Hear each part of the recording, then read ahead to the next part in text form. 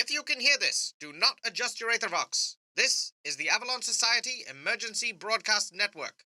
You're listening to a recount of the real events surrounding the catastrophe which occurred in the city of London at the end of May 1907. The sky above London is torn asunder as a dreaded interdimensional downpour drowns the city in a devastating deluge of destruction. As the dark waves continue their watery wake, high above the city, a battle concludes between our precariously positioned party and the now deceased Spring-Heeled Jack. As our soaked socialites attempt to flee the tower with the aid of the fire marshals, will our faithful heroes survive this torrent of terror? Stay tuned and find out in today's episode of London Falls!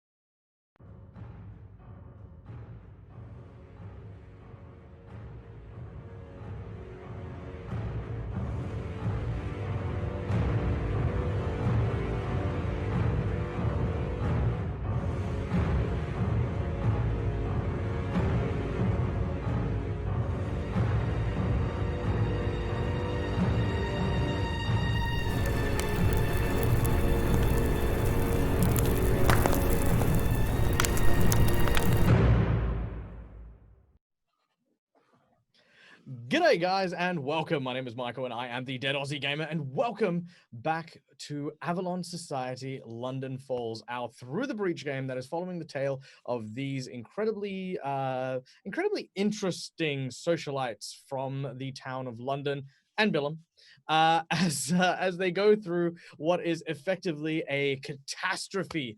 London is, of course, in peril. The skies have opened up with portals leading to the dark realm of Malifaux, but not just anywhere, to the deepest, darkest oceans, raining down a torrent of destruction upon the city.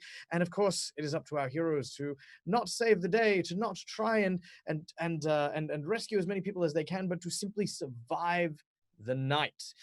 Joining me, of course, is a wonderful cast of characters whom I have had the pleasure of enjoying the last few episodes. Starting, of course, we're going to have everyone introduce themselves and the characters that we will be playing.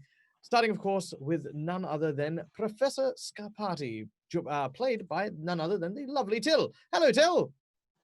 Hi, nice to be here again. Thank you for having me.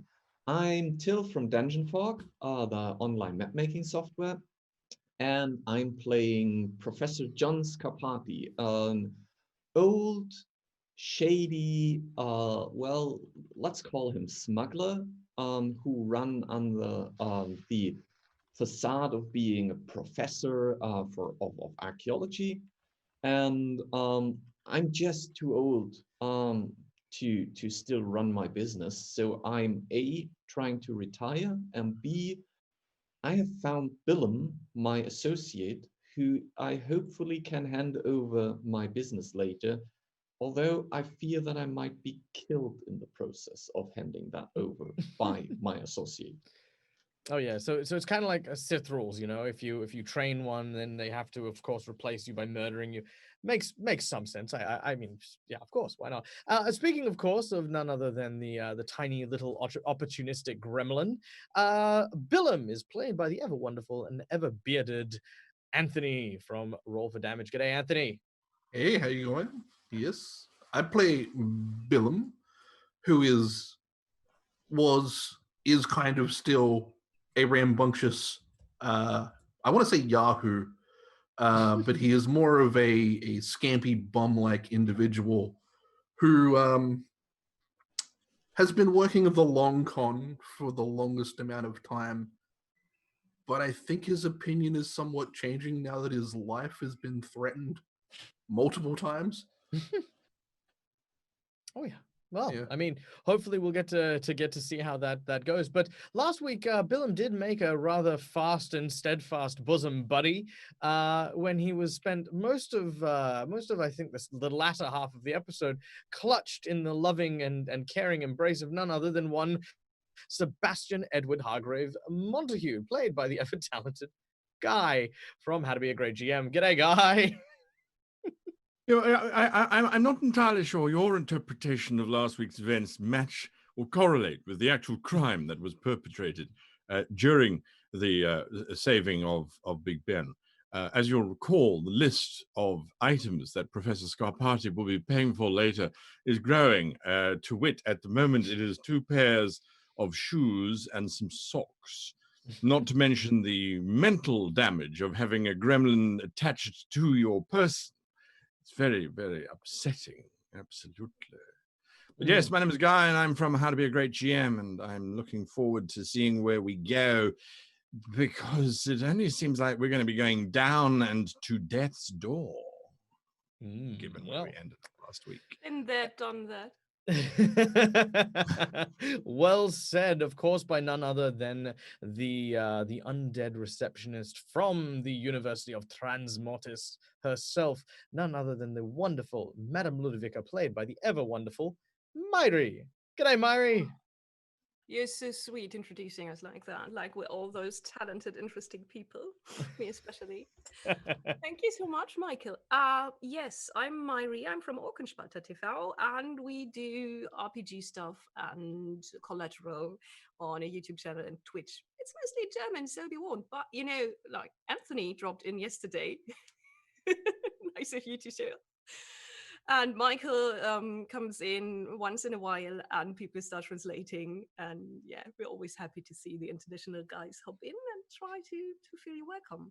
And I'm playing Ludovica von Dorste zu Möllenbeck, who used to be a German aristocrat, tiny aristocrat, and now is an undead receptionist, basically, which also means that sometimes she has to catch corpses that have started walking away and things like that. And right now she's trying to not die again, I guess.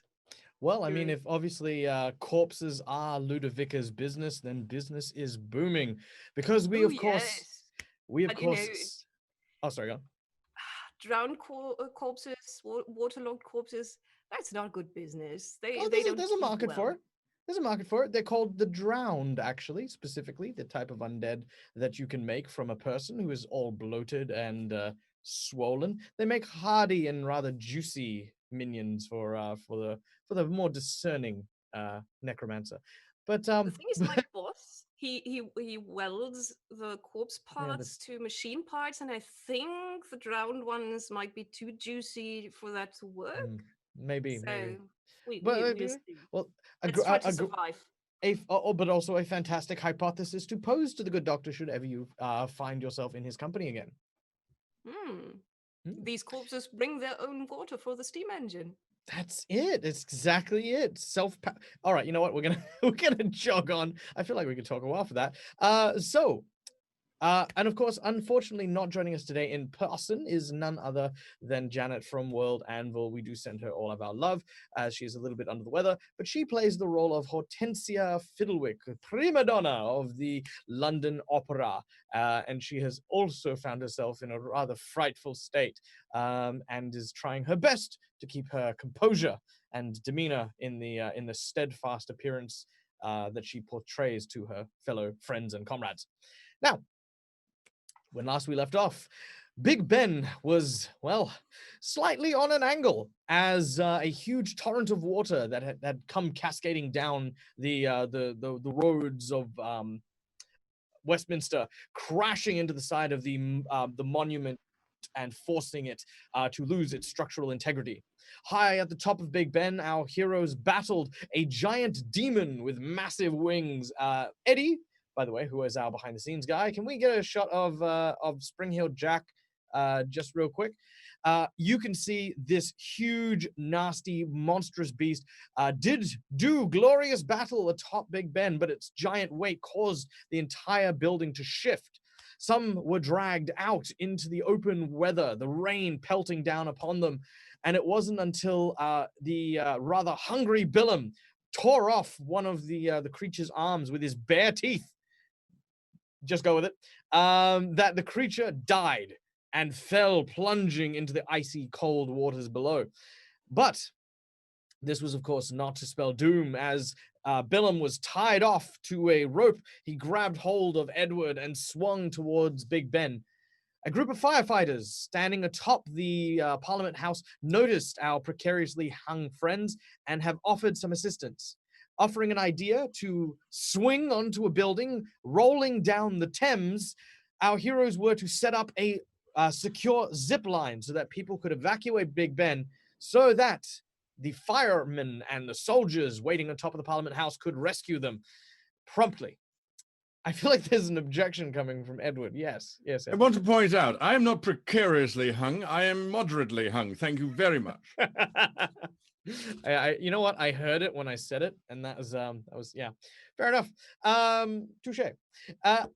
We now find ourselves in the heat of the rain as basically this deluge is pouring down from the sky. It is not coming from the precipitation of natural weather, but it is the icy spray of the deep sea of Malifaux, which is slowly but surely rising in water level, not only in the Thames, but the streets itself.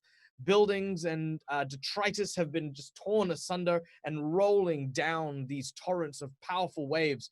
And of course, on one of the buildings, which has been lashed to the top of Big Ben, is none other than Edward and Billum, who look expectantly, hoping that their comrades still atop Big Ben will be able to use the zip line and slide down towards the safety of the building that they're on.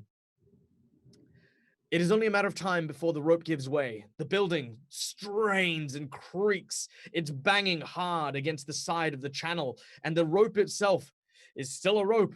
While thick and built like a sailor kind of rope, you know, the huge chunky ones, this is not designed to take this kind of weight or strain.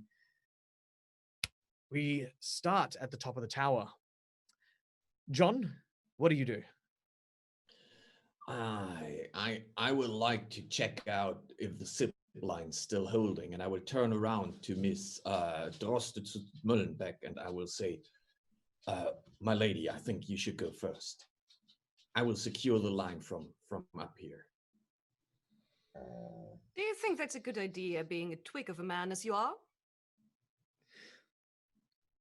Well, should we not secure this rope with something more stable, like parts of the building?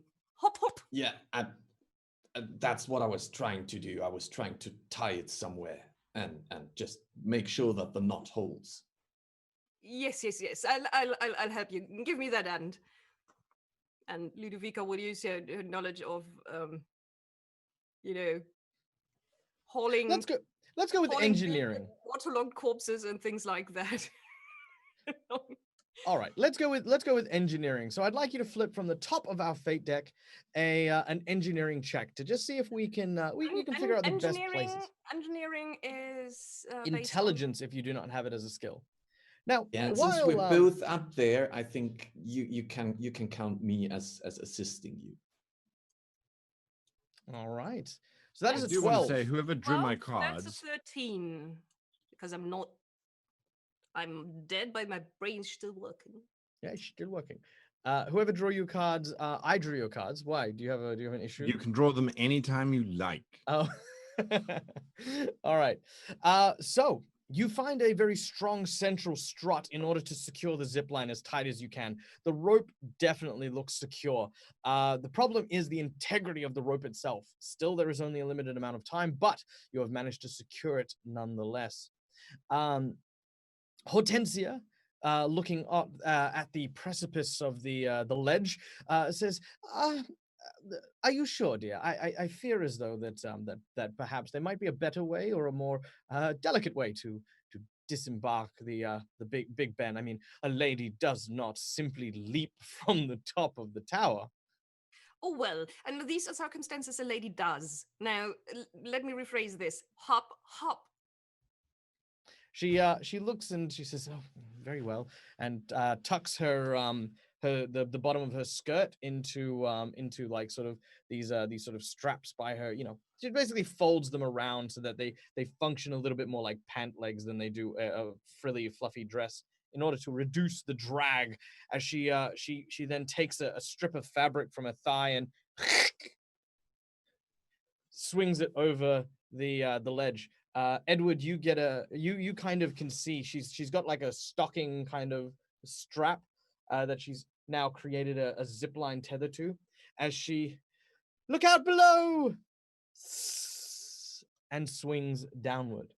Now, because Hortensia isn't here, I'm going to give her a pass and say that she does successfully manage to succeed in the challenges to slide down the zip line right into the embrace of Sebastian, Edward, Hargrave Montague. However, I would very much like Edward to make me a athletics check or an evasion check.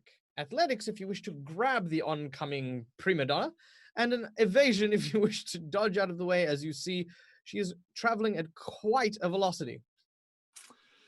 Yes. You see, this is where I'm torn between my client and life. And as much as I like my client, I think life is a better choice in this instance because there is a lot of prima donna coming down that line. So I'm going to try and hold the arms, and then mysteriously trip. Oh my, look at that, I fell over.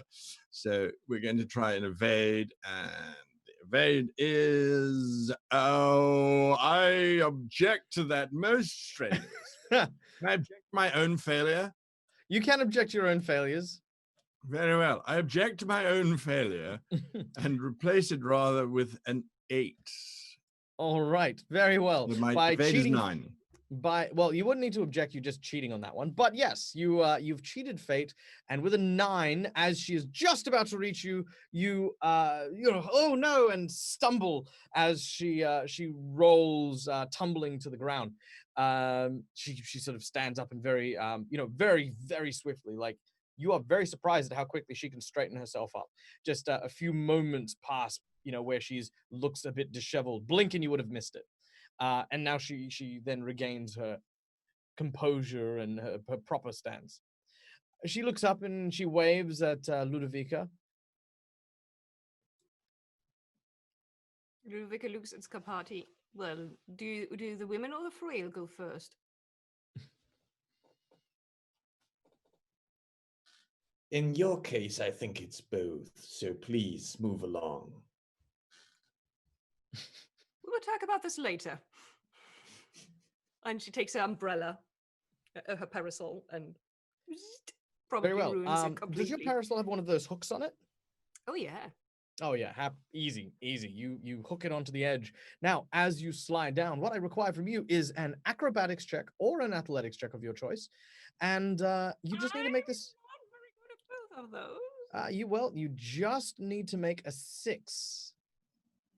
Yeah, look, give me one card. One card. There you go. Yeah. Well, I'm afraid that's a 4. I object. No, I'm fine. I can throw in an 8, which goes down to a 7. Very well. After throwing in the 8, which goes down to a 7, you manage to slide. It's a little bit windy, which you don't expect, as you suddenly go to a 45-degree angle as it suddenly. And but you do manage to slide down. Edward, you're still down the bottom. Your hands are open wide to catch the embrace of Madame Ludovica. Do you athletics or do you evade? Evade. All right. If you then catch Scarpati. This one I fail, however, so I think I act as a sort of a soft landing. Absolutely. Madame Ludovica, you barrel into the rather cushiony body of Edward, who is also sent plunging and rolling and tumbling into the onto the rest of the building. You now hear the sounds of bricks cracking and straining against the waters that are still pushing the building down the Thames that you're standing on. The ropes themselves begin to snap, not all the way through, but if you've ever seen sailor's rope, there are lots of little tiny strands of twine that have been rolled into a large thick piece of rope. You see some of these twined on the edge have begun to fray. John, it is just you up in the top of the tower. Well, I will then look around, check if we're really the last, if I'm really the last one up here, and then I will jump onto the rope and slide down. All right. You as you go onto the rope, how are you grabbing onto it? Are you sort of Spider-Man climbing it? Are you sliding down on it? How are you making your way down? No, I think I think I would use my jacket to throw it over and hold on to it. Very well. You take out your rather your alpaca leather jacket, one you remember you got from your tour of Saudi Arabia. As you swing it over the rope, you begin to slide down. As you do so, I will need an acrobatics or an athletics check from you. Dun, dun, dun, dun, dun, dun. You're fine. All right. In fact, you're actually so fine that even though you're coming in at a speed, Billum, do you try and catch the professor as a curious question? I indeed this time will step and try and jump myself in front of Sebastian to catch the professor. All right. You sort of stand there and you athletics or a evasion. I will try. I'm going to try and catch. Now I'm gonna throw in an extra thing here before you. No, never mind. I was gonna throw in an extra thing here. If you choose to use evasion, it will deny Edward the ability to evade the oncoming doctor. Oh, that is so juicy. But no, I won't. I will catch the doctor. Very well. All right. John, as you make your way to the landing, you're actually not traveling as fast as Ludovica or Hortensia were. You've managed to actually create enough drag balanced with your own body weight to actually have a reasonably slow descent. The building starts to snap, and you hear the sound of the beam breaking on the inside of of Big Ben. As the rope suddenly goes slack, you are just about to miss your mark when Billum reaches down and grabs both your hands. It's all right. I've got a drink for you. I'll pull him up. All right. Yeah, thank you. By the way, do you still have the medallion I handed to you? Oh, I got. No, don't show it to me. Just keep it secure for now. I would like to have a look at it later. I'll keep it hidden then. You'll of course recall the medallion is the object that Springheel Jack had stolen from the London Museum that is supposedly containing a grimoire of some descript, a magical device used to conjure spells and magics. Now, your fight is not over. With the rope now gone, the building begins its tumble down the Thames, following the current further and further out to sea. As you pass by Parliament House, the firemen and soldiers alike have gathered up a series of these long ladders that they have fixed together using a mixture of ropes and straps and chains and tape and pretty much anything they can get their hands on in order to try and create a makeshift bridge over the Thames and above the building for you to grab onto. You will all have but one chance to grab onto this ladder before you miss your mark and are sent sailing down the river. Each of you need to make me either a athletics, an acrobatics, or a notice check, if you'd be so kind. I'll happily do the notice check. Me That too. is an 8 of rams. And that gets a +5, so I'm at 13. Easy done. I 7. see everything. That's a 10. 10 is also done. I will have to go with a notice check. Okay. Which is a 1. I'm gonna try my hands at running across it. Athletics. Athletics. That's a 9. All right. Edward. I shall have to cheat fate. Well, you don't have to. I mean, just saying. Putting that out there. I feel that it's important that I do. Okay. So I get a grand total of 11. 11. What are you cheating with? Where 10 of masks. 10 of masks. Excellent. Excellent. With a 10 of masks, you indeed all managed to grab onto a piece of the ladder. Those of you who made your notice check, you watched as the ladder was approaching and timed yourselves perfectly to leap and grab onto some of the rungs. The weight, of course, causing a bit of a dip, which lowers it and those of you who pass with an athletics or an acrobatics check manage to leap up and grab on as well. There are a couple of soldiers there as well who seem to be kind of, sort of wrestling and securing the bound edges of the ladders. And they say, "Quick, grab on, grab on!" You watch as one of the soldiers reaches down, and you notice that one person is not on the ladder. Hortensia has not made the ladder. The soldier reaches down to try and grab hold of her, and she reaches up, but the speed of the waves, the velocity that the building is traveling at, she just narrowly misses the fingertips of this soldier.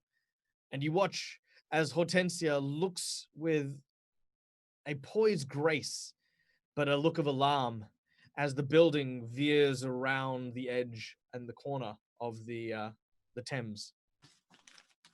You balance now, hovering, bouncing ever so slightly on this really long ladder that is connected to Parliament House.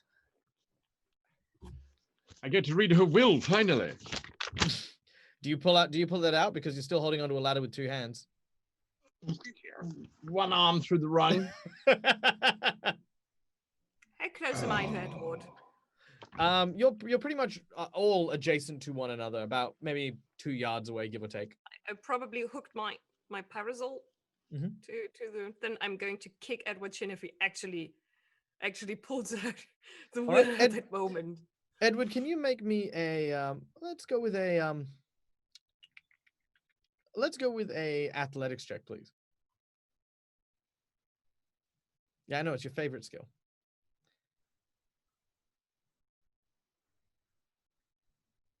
6. All right. As she kicks you in the shin, there's a flutter of paper, and the will falls into the water. And you watch as it drifts, following after the proprietor of said will. Don't you dare, you little filthy man! She's not even dead yet, and even if she was, we can bring her back, so you swing your ass up there, and then we're going in to try and find out where this building is going and how to get her back. She might have left a note as to where she would want to go, perhaps. I don't know. In her will? It pays to be thorough when running checks on things. Billum, as the lightest individual, one of the soldiers reaches down to grab hold of you. Come on, lad. Let's get you up here, eh? Yeah. No. Get them first. I'm fine. All right. I'll hang my foot towards him and say, "Grab hold of my foot." One of them grabs hold of your foot.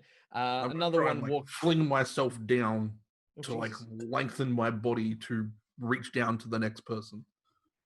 Oh, no. Okay, so your guys are adjacent to one another. So the ladder is next kind of to right. Yeah. The ladder's kind of stretched out that way. But you can of course use your your hand to kind of hold onto the rung with one hand and like sort of lift the belt of one of your teammates and pull them up. You all work together and manage to get up onto the ladder and slowly make your way across it to eventually solid ground, or solid rooftop, should I say. You find yourselves on the marble roof of Parliament House. There is a small collection of survivors here. Now, I didn't mention them just then, but included among these survivors are, of course, Harriet, who was traveling with you, the union worker, as well as who was the other person? The merchant, the noble person. These people are still, of course, with you, and they have also made the leap, as it were. As you look around, there's about a half dozen people here that you don't recognize, including what appears to be a rather stern-looking soldier who is somewhat assumed command. Eddie, can we have the soldier up, please, as I show the character to my players? You see a tall and strapping blonde man wearing a uniform. This is not your typical uniform of the guild or anything like that. This is a uniform belonging to none other than a kingsman. one of His Majesty's royal servicemen. Proud and tried and time-honored tradition. He looks to you and says, I've got to say, I've seen many wondrous things in this world, but I never thought I'd watch a lawyer leap out of a window in the top of Big Ben and survive to tell the tale. Yet.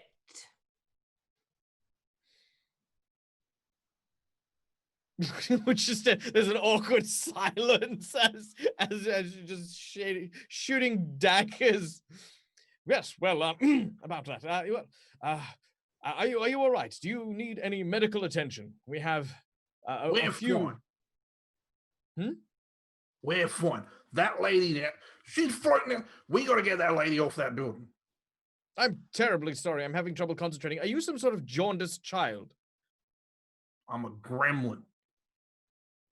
Oh, my stars! I've never seen one.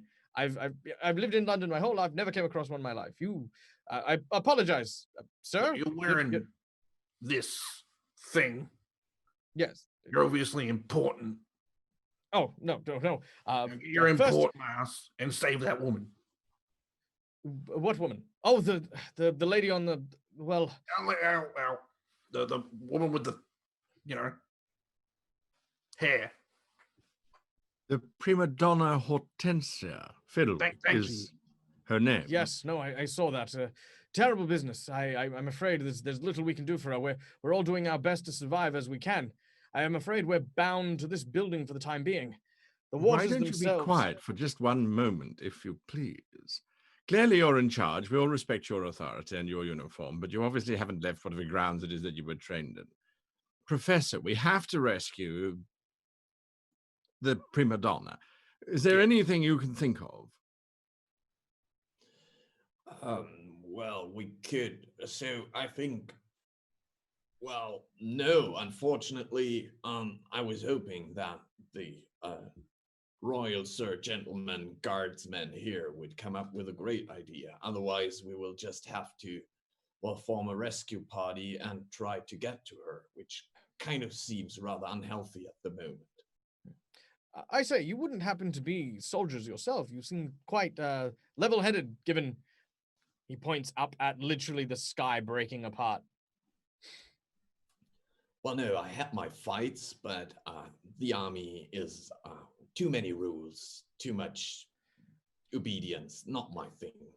Unless you're looking to hire people, in which case then certainly we're very, very efficient individuals. He looks around at the other survivors before taking his hat off and tucking it under an arm.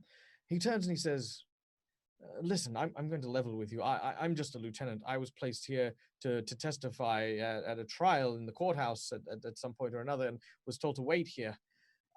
The noise, it began and there was rioting. People were running. I did what I could and led as many people as would listen up here. But I do not have any idea of what to do from this point on. If you have any expertise or any experience in this in handling crises, then I will do my best to help. But these people, they need hope. They need an idea. They need faith that something good is about to happen. At this point, you hear the sound of Big Ben struggling. You sort of hear the straining of the bricks against the waters. But that noise is then immediately cut by the sound of a sneeze, and then following which is the toll of a church bell. Across the road, not too far away, is the church at whatever that place is. Damn it, Westminster Abbey. That's the word. I was like, there's a Beatles song and everything.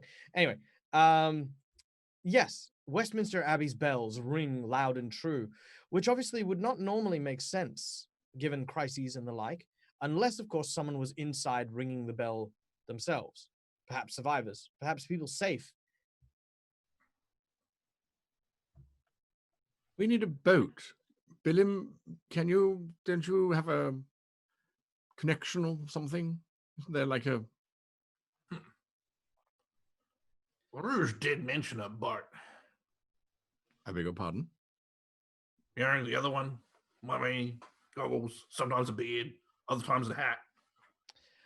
Eddie, could you show our players for the very first time La Rouge?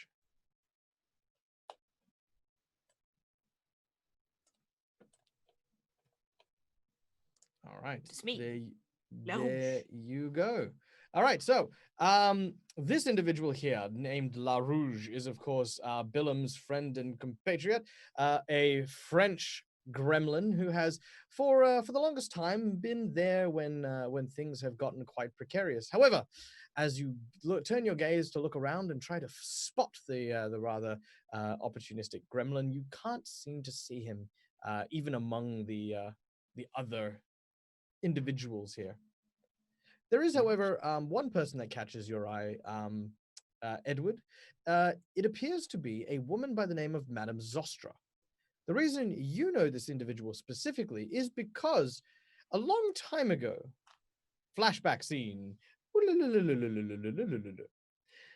a long time ago, a very young lawyer, just out of law school, with buttony, yes, thank you, with brilliant blue eyes and button nose and positive outlook on life, intended to represent the downtrodden and misrepresented, to fight for glory and justice, for king and crown.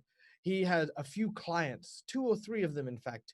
Some would offer him oranges, others would offer him a beautiful window side seat on the canal to dine at his favorite cafe in service to, as an offering for his services to the downtrodden and poor of London. As you are walking down the streets, Edward, you see in front of you a rather old woman who is sitting by the wayside. What do you do as you approach this elderly woman? Or what did you do, should I say? How can so fair a rose be seen by so dull a canal in such a wonderful afternoon? Oh, aren't you a bit of a delight, aren't you, saying such lovely things to an old woman? What's Well, your name, sir? My name? Oh, it's Eddie. Eddie. Oh, that's a lovely name it is. Eddie, do you have family? Alack and alas, I have not yet been gifted with the perfect wife. She is eluding me at the moment, but I am confident that I will eventually get one, this being such a great city and all. Oh, I'm sure you will. I'm sure you will. You have a very memorable disposition. So long as you remain with love in your heart and joy in your soul, you will never be forgotten, young Eddie. She takes hold of your hand and clasps it, and you feel a warmth over you. Years pass. There's a new Edward, a more rotund man with flop sweat and grease over his head, a man driven. You forgot rent last week. They confiscated your cat. You've found yourself in a miserable state. Don't laugh. As you make your way down a very familiar old street, you see a very familiar old lady. The same woman looks you in the eye and says the words that you've always heard. Hello, sir. Don't I know you from somewhere? It's highly unlikely. I don't usually hang around with prostitutes. Oh, the lip on you, sir. Talking to an old woman like that, you should be ashamed of yourself. The dress you're wearing is almost 50 years out of date. It means you don't have any money. Get out of my way. As you sort of bowl past, oh, 'tis a terrible state of affairs when a servant of the crown will kick an old lady for a coin. Mark my words, whoever you are. No good fortune finds themselves in the company with those who cast a long and dark shadow.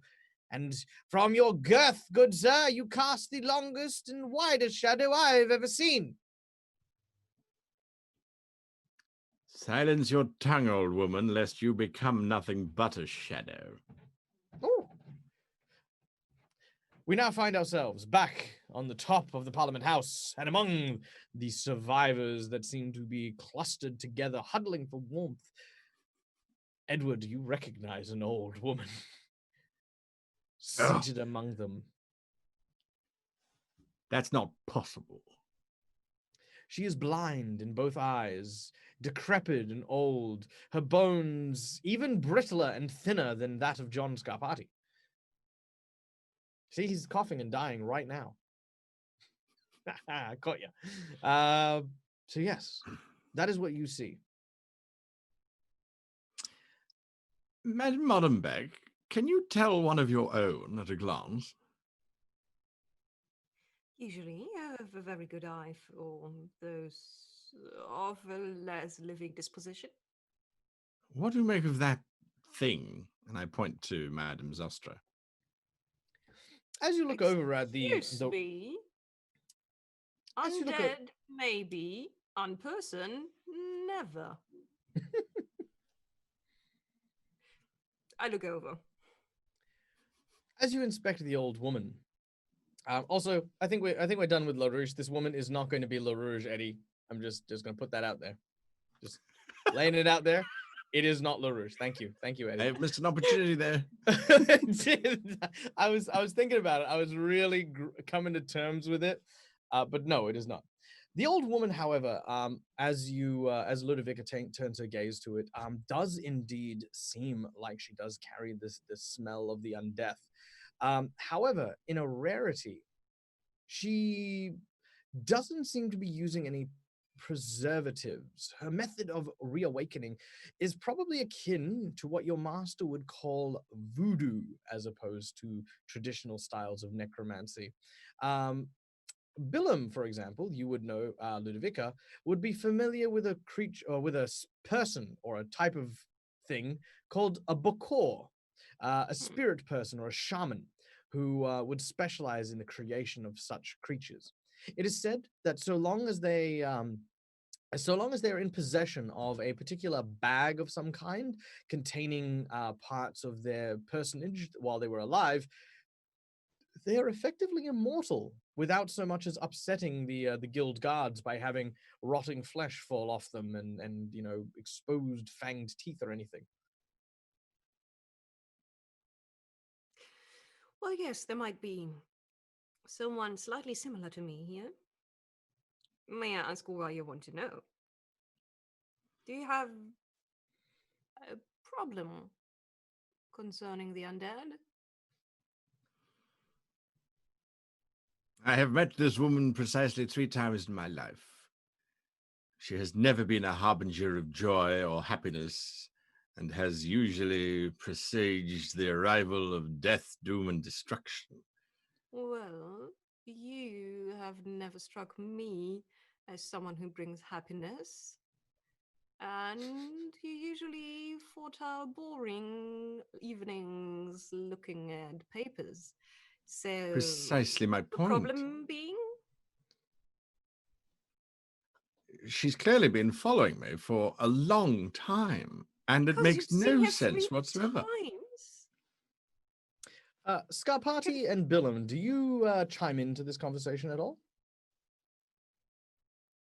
Well, I will be just listening now because I'm not really sure what to make of that situation. So I will be just watching her and watching Edward. I'll give the old lady the old squints.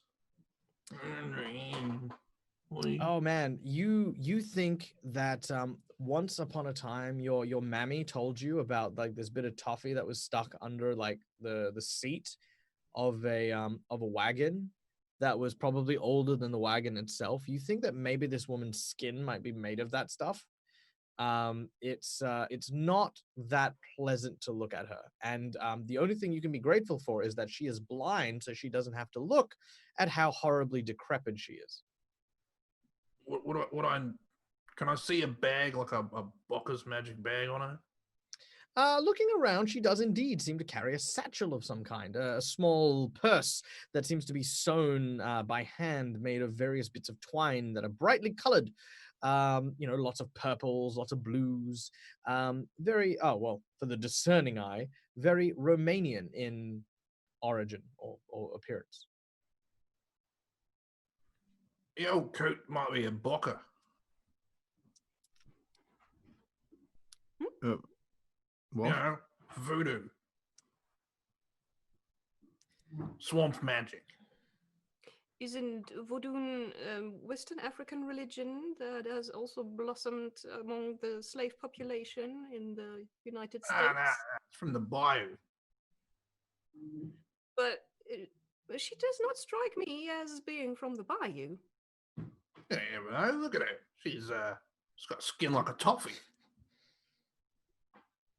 She could be hundreds of years old. Professor, is your firearm loaded?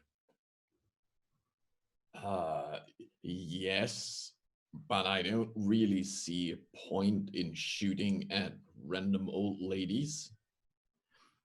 Of the several million people who live in London, and of the several million rooftops in London, what are the chances of this strange old woman being on this particular rooftop at this particular time?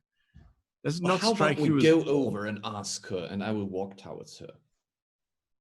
As you walk towards her, she seems to not notice you initially. She kind of seems to be listening for something that hasn't occurred. She's waiting, almost counting. As you approach, there's kind of this smell of aniseed and licorice that just sort of comes off her body. Who goes there?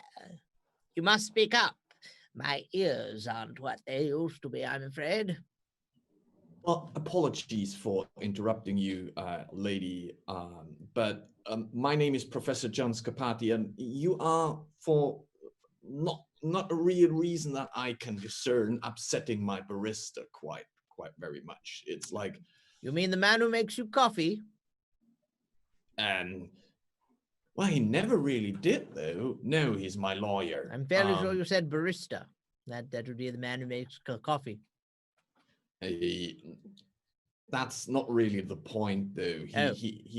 He seems to know you, and the fact seems to upset No, I don't him. drink coffee. I don't like any of it.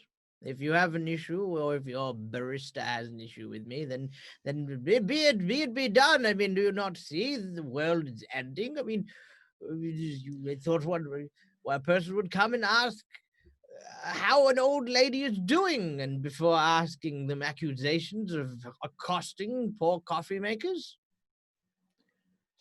You are absolutely correct. I apologize. If you don't like coffee, my associate can do really good Bayou swamp tea. At least I think that's what it is. Whenever I taste it.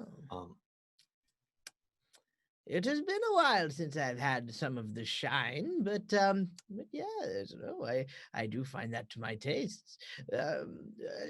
You are quite a well-spoken man. Might an old woman have your name, good sir? Again, sure. My name is Professor John Scarpati, as I just introduced myself before. Professor John Scarpati. Yes, well, Professor, you have been marked, you see. Right here. She reaches out with a bony finger and places it on your chest. You have the mark. I see it within you. It encapsulates you, gives you vigor. So long as you have been marked, good Scarpati, you will find guidance in the light. Follow the light, and you will know exactly what truths you seek, for you have spent much in darkness, searching for something you know not. You will find it soon. I am sure of it. Thank you. You must be a soothsayer. What is your, like? How comes that I get such a great telling from you? There are those who exist in this world to be a part of it. And there are those who exist in this world simply to allow the guidance of the young into this world and upon their path. I am a creature or being of the latter. Some call me soothsayer. Some call me madwoman. Others call me Madame Zostra. At your service, Mr. Scarpati. Well, it's a pleasure to meet you, Madame Sostra. We just recently, so if I can pull on your wisdom here for a second, we've just recently, unfortunately, lost one of our party members to the waters. Would you have an idea, or would you have an understanding of her well-being, or how we could get her back? Do you possess anything from her? Maybe a lock of hair, a strap of clothing? I have a lawyer with me. Is it her lawyer? It is her lawyer, That'll yes. do. That'll be fine. Yeah, well, I will bring him in a second. Very well. Picks him up, rolls him like dice. How did the lawyer land? Is he on his head or on his ass? Okay, so in addition, guys, as a very special thank you to Ursus Explicator for your awesome donation, and by the way, thank you so much for it. You, Professor Scarpati, have been marked by the gods. For the remainder of the game, you may use any light source or torch in order to find the quickest, most expedient, and safest route out of or away from the current situation you find yourself in. You need to have something that has a prominent source of light compared to the illumination currently surrounding you. For example, if you were to do it, say, outside when it's overcast and hold up a lantern or a torch, you would have enough illumination. However, if you were in a room that was well lit, it would provide you no benefit. That is now a permanent supernatural ability of Professor Scarpati, simply known as the, let's call it the Light of Zostra.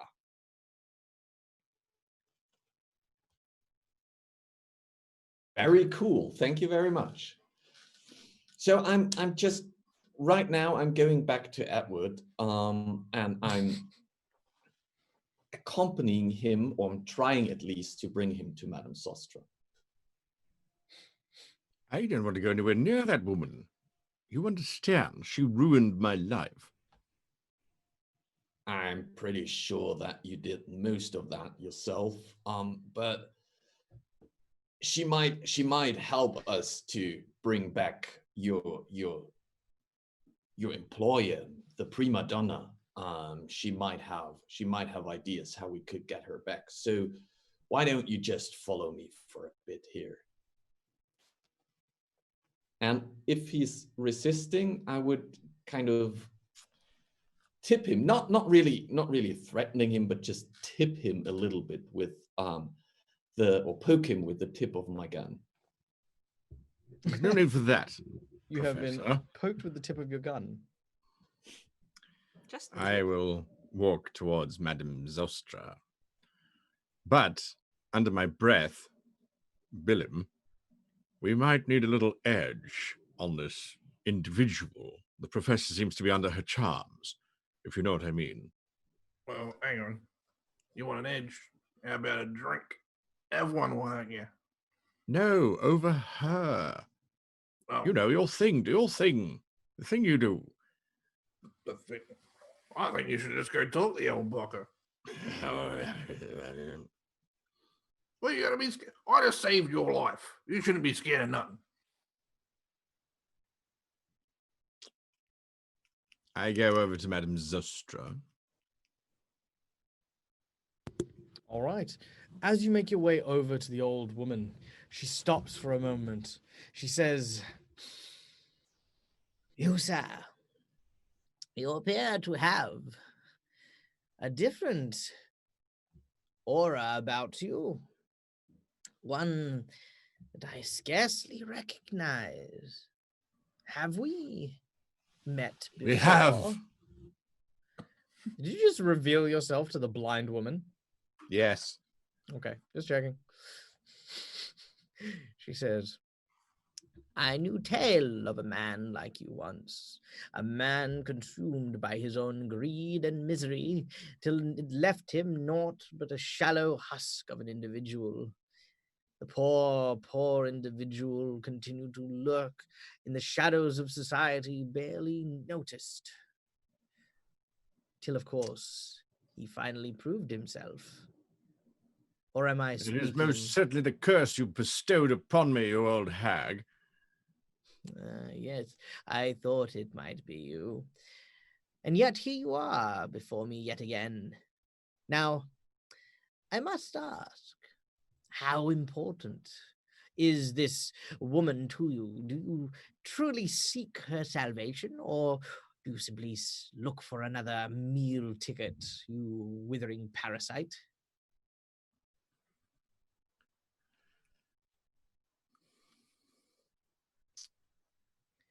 For you see, I if you spin wish around, to- so my back is to Madame Zostra. Frau Mollenbeck, Yes. do these demented creatures often have the ability to discern the truth or the alteration of a truth for the purposes of presenting a case? Let's put it like that. And she looks around if there's other people eavesdropping. Looking around, you actually don't see too many people eavesdropping. Of the people that you can see, of course, are the soldier that you met before, the old woman, who, of course, Madame Zostra. You can see Harriet, the reporter whom you escaped the tower with, along with the union worker, the merchant. You see two firemen, one extra soldier, so not the one that saved that you were talking to in charge, but another guy, and a small family who have sort of gathered together, and one very, very plump merchant. Well, let's put it like this. I go about death and resurrection in a very scientific way, and she is going about it in a mysterious way, which might also include a little wiggling around of destinies. But that's all I can say. I do not know her tradition. Well, she's not Yoruba, I can tell that from her looks. But it might be. I turn back to him. She The seems to have prima been donna continuing means- to talk the whole time. Sorry? And that is the 5th time that I remember having found someone with great potential that they didn't live up to. There was, of course, the other child, though, so maybe 6. Do you want the answer to your 6. question, or do you want to die talking to yourself and alone, which is what I suspect the outcome will be anyway? Oh, you have your answer then. The prima donna Hortensia is of incredible importance to me. She is very near and dear to my heart, or was recently, until she was cast into those dark, dangerous waters. And it is absolutely imperative that I retrieve her before she becomes completely waterlogged and illegible, and unreachable. She grabs your hand suddenly and abruptly and pulls it towards her. She squeezes it in a pressure point in the base of your wrist that forces your hand open. As she does so, she whips around and pulls from her hair a tiny needle, which she then stabs you in the hand with. What do you do? Mumble in pain and shoot her. You can shoot Well, her. I you can shout shoot her. shoot her. I don't actually shoot her. She has Okay. my hand in her Oh, yeah, hand. yeah, that's true. All right, so as the blood lands, she then takes the blood and licks it off the needle. She says, "Now behold, your hand holds the truth." You look in your hand as it starts to change color. Oh, sorry, the blood, the pooling in your hand changes color. First it goes white, then it goes blue, then it goes red, then white, blue, red. All of a sudden, I'm French. it then begins to change once more, and you can see almost a crucifix beginning to form in the pool of blood in the palm of your hands.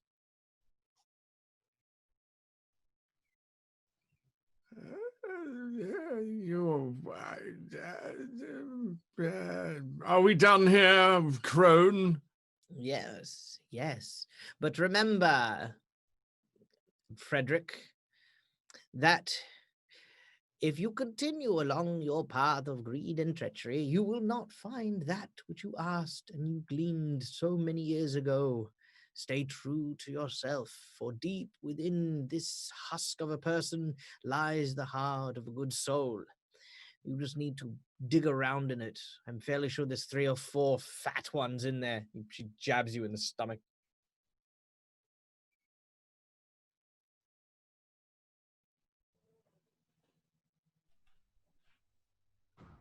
He very slowly turns. He does not have a pithy response to this because he's not entirely sure. He has a flashback very briefly of his youth. Madam Mullenbeck, Professor Scarpati, this just happened. You look I at his show hand. them There is nothing on his hand. There's no blood. There's no hole or anything. He's just sort of waving at you. Your hand happened? the crucifix. You can't see it. The blood, it went different colors. You look at your palm and you no longer see the blood or the crucifix.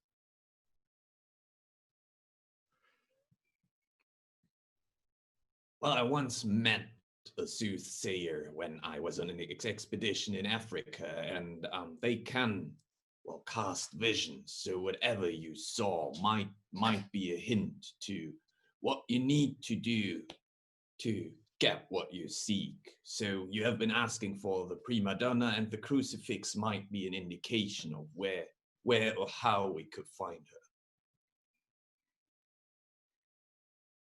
I turn back to the woman. What does it mean? The blue, the white, the red, the crucifix. You're As you here turn- right now. Tell me. As you turn back, you notice that there is a blanket where she once stood, a quilted one that seems to have been woven and darned from, again, very Romanian nature, but it's just lying sprawled out. You look around on the rooftop. It's not a big rooftop, the section that you're in, but you see no sign of her. Billum, what did you do with her? I didn't do nothing. Been drinking. You are aware that by not doing nothing means you did something, right? Of course. Okay, just checking. Well, I don't know. It seems all very strange to me. We need to get off of this blasted roof. That's all I can tell you. Where Hey, we need We- a boat or a canoe, a raft. And I think there are still people in the Westminster Abbey who are ringing the bell for help, so this might be a good direction to go. At this point, I would like everyone to flip me a notice skill. Those of you who have not interacted, so I believe that is Ludovica and Billum, who did not interact with the old woman, you can do so at a positive flip.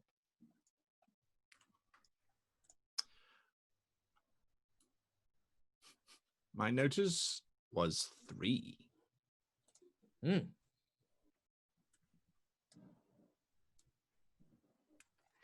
I got I'm a at 12. 13. All right, Billum and Scarpati, the both of you notice that the family of people, you can see a brunette woman, middle-aged woman, and her husband, who appears to be a kind of like a dark-haired individual, looks like very typical kind of 9-to-5 salaryman sort of fellow, very nice suit, seem to be talking to their daughter, who is right there. Honey, you have to say something. No, we can't. You don't know what they'll do. Yes, well, what if they're guild? What if they're not? Look, there's no guild here. It's not happening. We have to find a way out. Yes, but how? But you know what she can do. No, we can't. We cannot. We can't risk exposing her, especially not to strangers. Look, we'll figure out something, honey. Maybe if we stay here, a rescue will come. We can't rely on rescue. We can't just sit idly by. What's all this? They look down at you and they say, nothing. We're just a little hungry. That's all. It's been a long day, and my daughter hasn't eaten. Well, I could offer her a drink or maybe a banana peel. Both parents simultaneously. No. I mean, we mean thank you. thank you for your Just trying to be kind like a stranger should be. Yes, of course. Thank you for your kind offer, sir. You know anything about a boat? Maybe a canoe? A boat? I'm afraid I can't say we do. We've seen a few of the boats, but the waves have been too high, and many of the trawlers and the shipping boats have been dragged underneath by the waves. Right. Maybe. Hey, Professor. This is my associate. Dan? Yes. Mr. John. You got any food that we can give these kids? I'm afraid nothing on me at the moment. But if you, why? Such a shame. Those guild bastards stole our food. Oh no, that's awful. Why would they have done that? Because they're bad people. Billum, you can make a deception check if you would like. Ludovica and Scarpati, the both of you may flip another notice check as the discussion continues to carry on. That there is a 16. 16, very nice. Me go to 16 too. Very nice. 16 as well for John? At 12 for me. Oh, that's not good enough. No, it's fine. All right. So, Billum, as you're telling this tale of the guild having stolen your food, they listen and they kind of nod. You hear them start saying, yes, no, the guild has been very forceful in London, and given the state of everything, I'm very surprised how much freedom they've been allowed. I don't know why the king's men don't do anything. They shoot a glance over to some of the soldiers. Ludovica and Professor Scarpati, you both notice something and almost immediately kind of stop you kind of look at it and then you kind of have to do a double take. You swear that the teddy bear that is held clutched in the hand of this little girl seems to have, I don't know, caught you looking at it and then gone from watching you to suddenly still.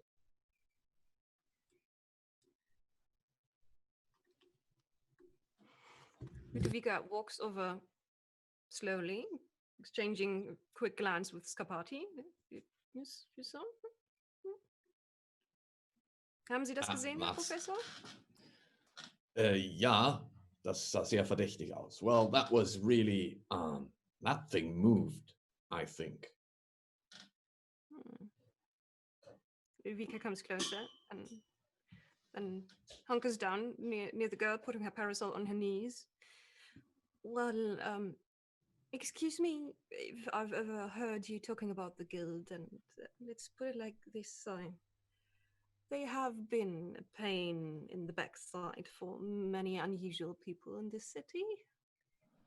The parents' right mouths. now, their sphere of power has shrunken down to nothing. So, don't you be afraid of them. She looks the at her nose parents. of the bear. As you do so, the bear kind of looks back to you and then looks up at the small girl. The girl looks down at it almost in an acknowledgement. Our daughter is.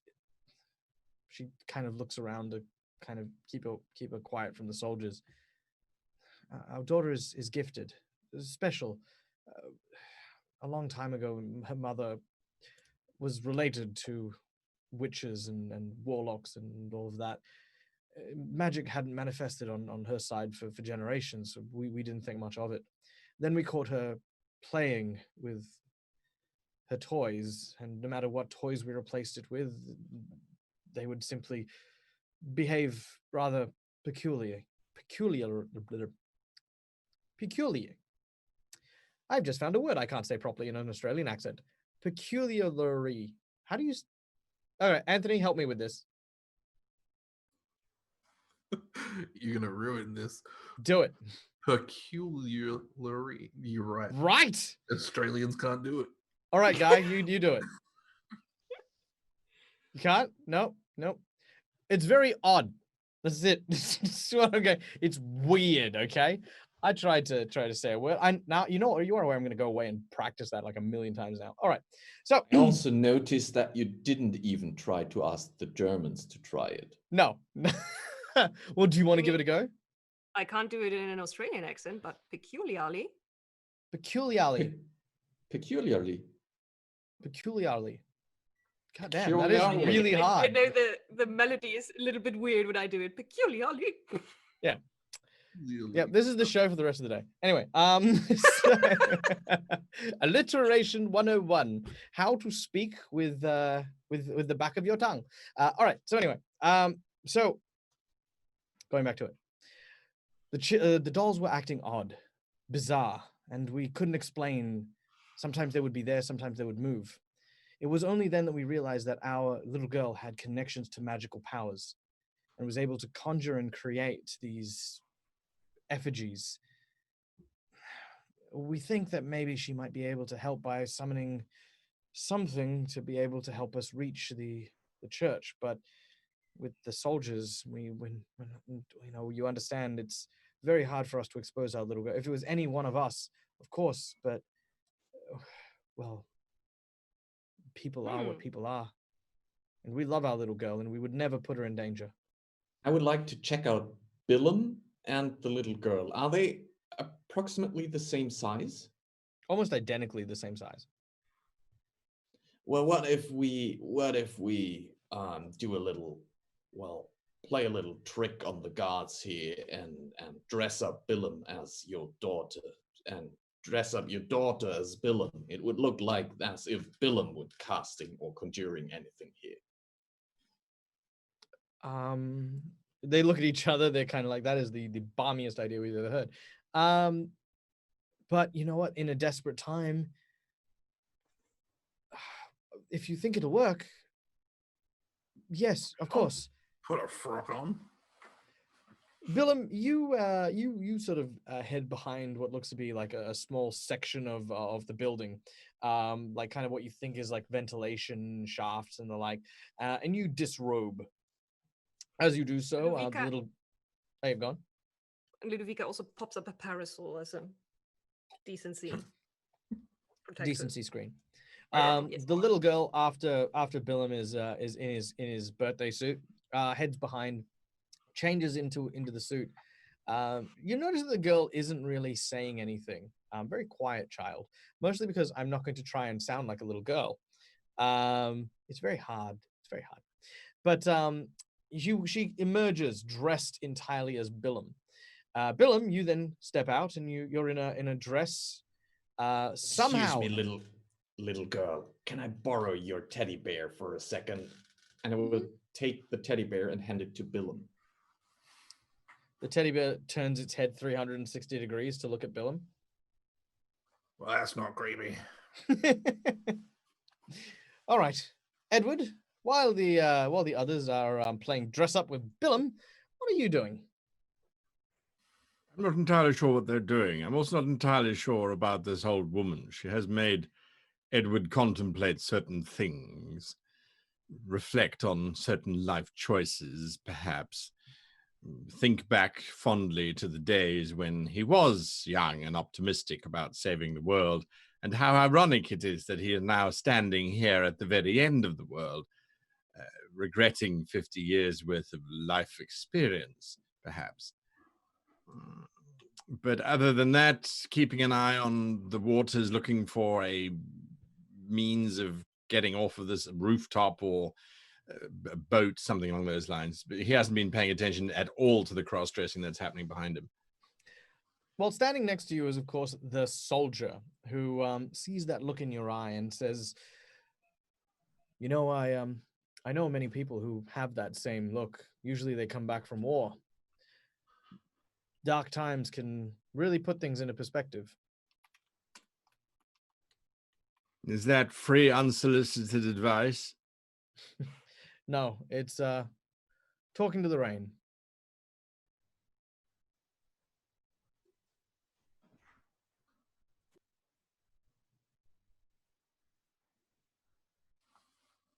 I guess that makes sense in a way. Hmm. You are still very young man. You should probably make better life choices or something. He nods. Meanwhile, at the back, behind where this is happening, unseen by the two who are sharing a moment in the rain, what looks to be a bridge made of teddy bears, slowly clasping each other, grabbing at their arms and their legs, sewn together with string, begins to form from the edge of the building and stretch out almost like a huge, fluffy, plushy appendage. Creates an arcing soft bridge of felt and cotton across the road and into onto the second story platform landing above the cathedral floor. As it lands, there's a very soft and almost restrained, from the parents and some of the people who have noticed this miraculous thing happen as Billum the Gremlin has basically created this pile of stuffed toys. Well done, Billum. And I clap the young girl on the back and I say, you did quite good. As you pat her on the back, you notice that she's actually asleep. Her head droops down as you pat her forward, and she's just sort of holding her position, her eyes shut. You can make a notice check as you touch her as well. Just one.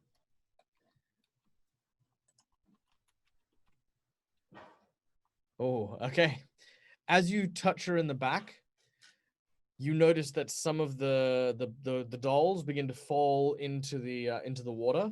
She sort of almost starts awake, and then she then falls back to sleep, and more toys reanimate and fill in the gaps. Oh, I shouldn't wake her up while she's doing that. I shouldn't wake Billum, my associate, up while he's casting that. Yes. All right. Okay. As you see the bridge, the soldier sort of turns and taps Edward on the shoulder. What's all this? How? Why? Who? You're also seeing a bridge of teddy bears? Either that or I took a blow to the head and I've died. Madam Well, look, Molenbeek, are we all dead? Most certainly not. Yet. Well, there's your answer, lad.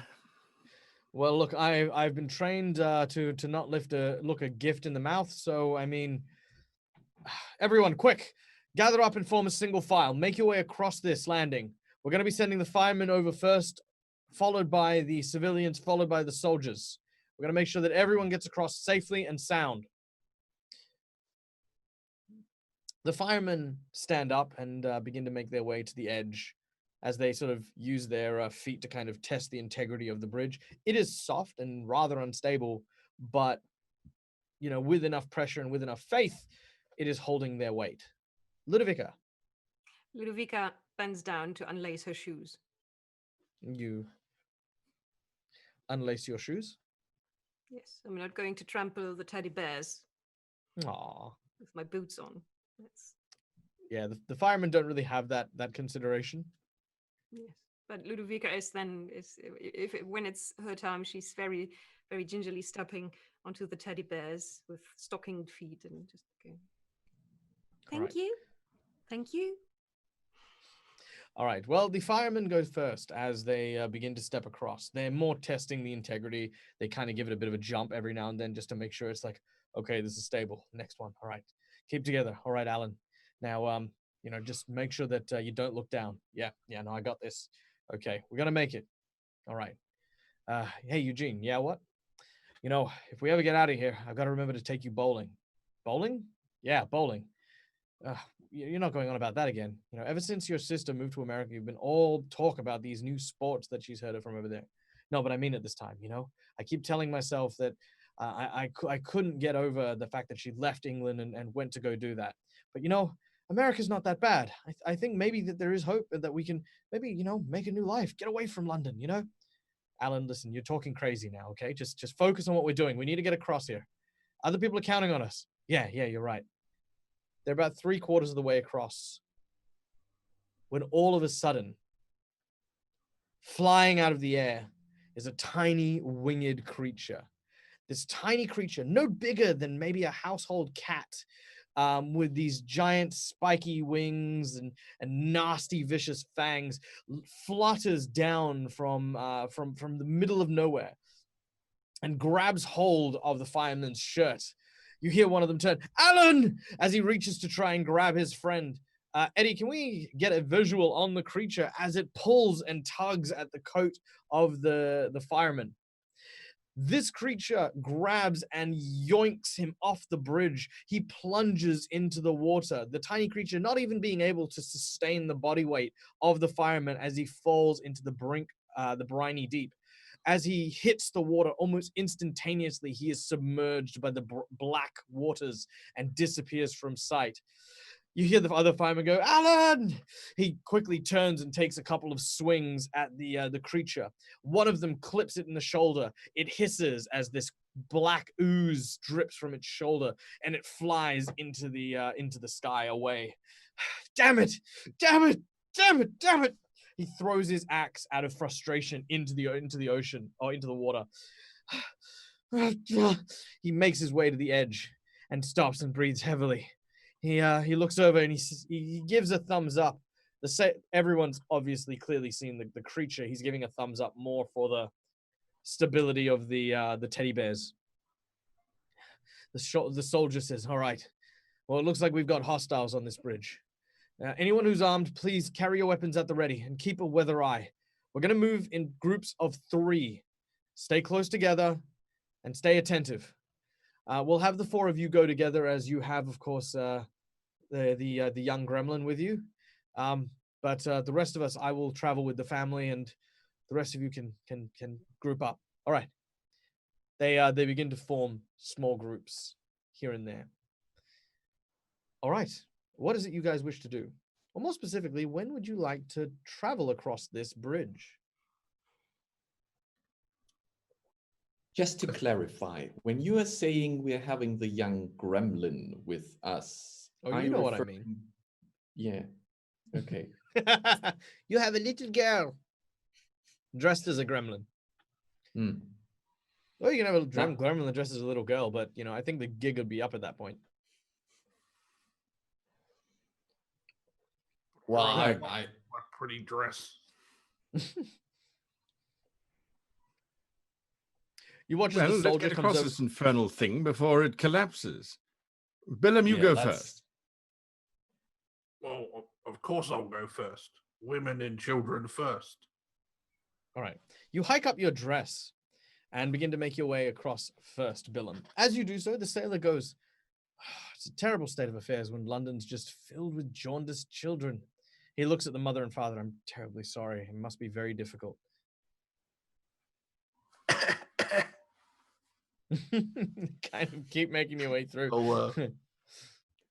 I will try to merrily step as a young female child, almost skipping across a bridge made of teddy bears. Okay.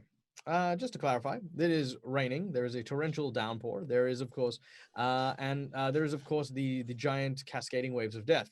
Meanwhile, skipping across a bridge of teddy bears is a gremlin in a dress. Ladies and gentlemen, one of the phrases in my life that I never thought I'd have to say, but here we are, saying it nonetheless. And Billum, while you are skipping, please make me an athletics or an acrobatics check as you do so.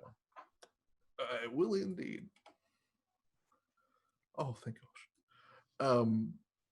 That will be, what is that? Is that a 10? That is an 11. 12. Oh, yeah. Okay. With a 12, you manage to make your way to the halfway point. Now, Ladies and gentlemen in our audience who are enjoying the show, first of all, of course, welcome to the show. I hope you guys are having a good time. I am having a splendiferous time, as are my players who are doing an amazing job of just being themselves. You know what? I'm actually really loving all the little story bits that are happening here today. Now, there's a reason why I've broken the pace of my game to address my audience, which, doesn't happen very often, and that is because I would like, at this point in my campaign, to remind everyone that over the course of your donations through this season, we have been building up what I like to call the boss bar. Once the boss bar reaches $100, we will generate a super boss that will suddenly, unexpectedly, and very imminently drop upon our group. We are currently $20 away from our first boss bar. No reason I've decided to stop this, but Billum is halfway over the bridge. $20 from the boss bar. Just saying. Who's next? Time is possibly very imminently on the line here. Ludovica. Yeah, children and women first. That's what Billum said. All right, Ludovica, you Wait, again. wait. Is Hargrave objecting to Ludovica going next? He wants to stop it. What's I going think on? he's objecting to the public service announcement. Ah. All right. Yeah, Ludovica holds her shoes, her Mhm. handbag, and her parasol, and crams it all under one arm, and with the other one, she's got a pistol ready. Very well. Your And pistol. then, on stockinged feet, she steps across the teddy bears. All right. Athletics or acrobatics check. It is your choice. Well, we're going to lose the last girl in the group. Well, it's a 3. That's a 2. All right. Do you wish to cheat? Yes, I think so. Okay. Cheating with a 12. cheating with a 12. That's a 13, by the way. But yeah, we'll still cheat with a 13. Yeah, but I've got a -1. Oh, right. Yes. So, very well. Taking up the 13, you pretty much immediately sort of hit a strong wind as it sort of slightly pushes you to one side, as you then very quickly correct yourself and make your way to the middle with Billum. Edward, would you like to go next?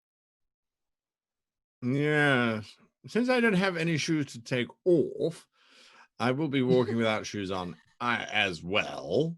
Did I see Ludovica saying thank you to the teddy bears? You did.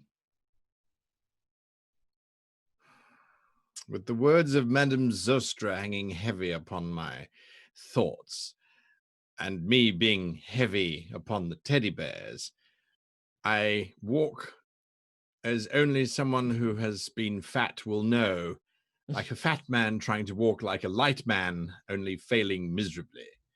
So just on your And tippy that is toes. to, yeah, sort of try and float, pretend one's a zeppelin rather than a lead weight, and very, very apologetically walk across going, I suppose, thank you. I'm sorry. Thank you. Thank you.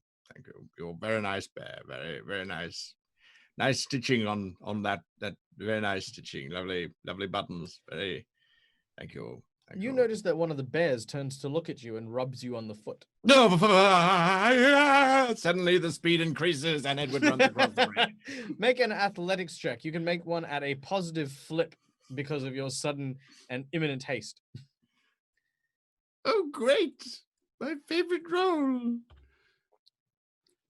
Positive flip, you say? Indeed. So take 2, take the highest. Yay, that would be 5 there, Jim Bob. I'm going to cheat because I feel cheat. like this bridge, I don't want to be on this bridge no more. So there is a 12 total check. All right, that is a 12 as you make your way in towards the center. You guys are actually doing really well. You guys are actually supposed to be attacked by having at least one of you fail. No one's failed yet. I've said this. Professor Scarpati, would you like to go next? Well, yeah, now that you said this, Yep.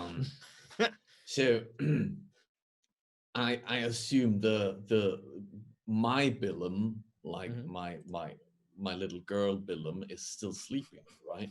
Yes, she is. So I will gently pick her up and kind of cradle her a little bit while As you do so, the integrity of the teddy bear bridge begins to falter. Ah, As it does, as soon as you pick her up, it almost starts to sag. Everyone sort of starts to lose their stability as they. I will not touch that kid. All right, you put the kid down. Yeah, sorry, Billum. I think I have to leave you here. And I will run over the bridge. All right, make an athletics check if you'd be so kind.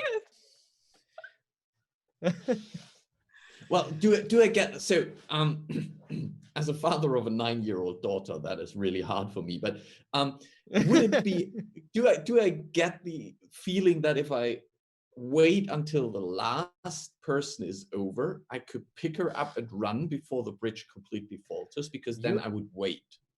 You absolutely feel like you could. It would, however, come at a tremendous risk. Well, that's fine. That's fine. I'm old. I've lived through more dangerous things. All right. Realizing very quickly, Professor Scarpati knows that there are two options here. The first involves sacrificing the small girl.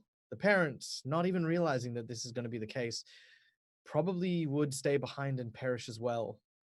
Do you tell the parents of your plan, or do you allow them to cross, not knowing? I will because my plan is to run over the bridge with the child and hand it back to them. I will tell them, and I will definitely succeed. I mean, come on. I will tell them, go on, go first. I will be right behind you. Make a convince check as you say this to the parents.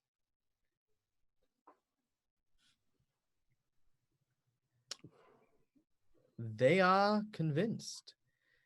They hold each other tightly and make their way across the bridge. Billum, Ludovica, and Edward, as they begin to make their way forward, you then proceed to where the fireman is ready to basically bring you onto the chapel landing. The Abbey landing, sorry. As the parents go into the middle, as does the soldier. Billum, you can kind of see that John hasn't come through. He hasn't said anything about staying behind or anything like that. So you're kind of a little bit anxious. Like you're like, why isn't he come? Why isn't he follow? He's supposed to follow us, but there's these other people coming.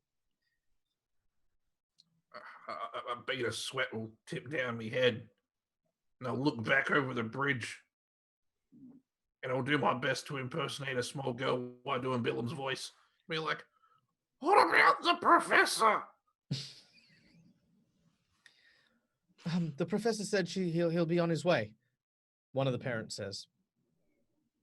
Harriet and the others make their way across as well, but as they do so, everyone can make me a notice check.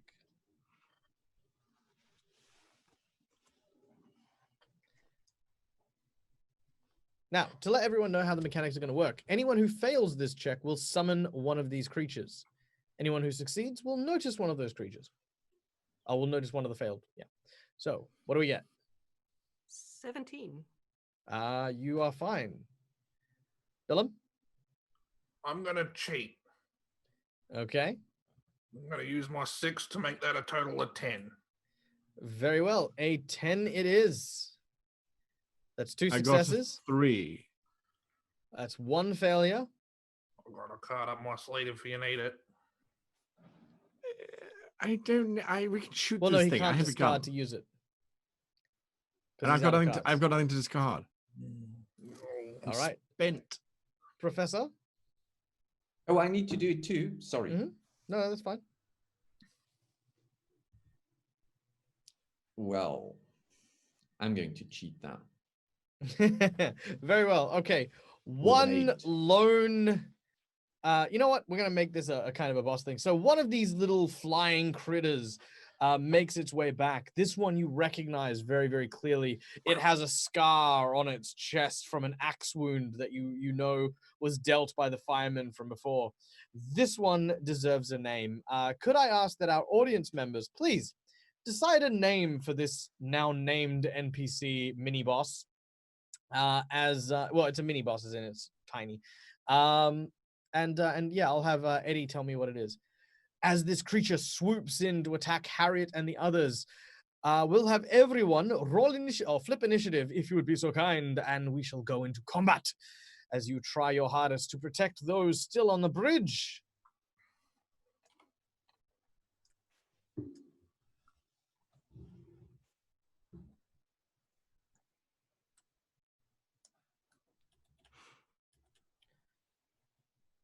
Nine initiative for me.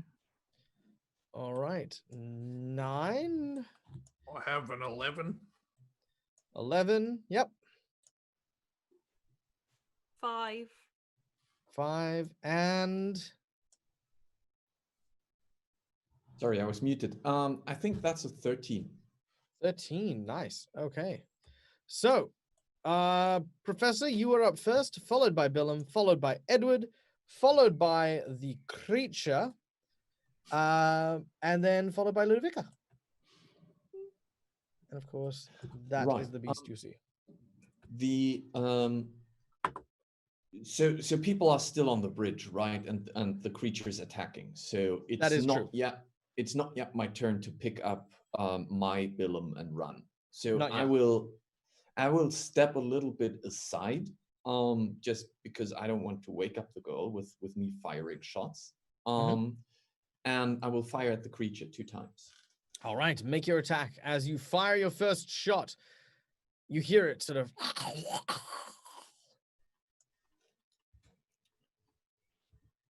Okay, that's 8. An 8 to 8. hit. An 8 is not enough. You require a 10 in order to strike this creature. Yeah, well, then I will have to fire a second time. Very well. Your first shot veers off to the side. But that's an 11 now. An 11 will hit. That is negative flip for your damage. So flip 2, take the lowest as your bullet flies and actually catches the side of the creature.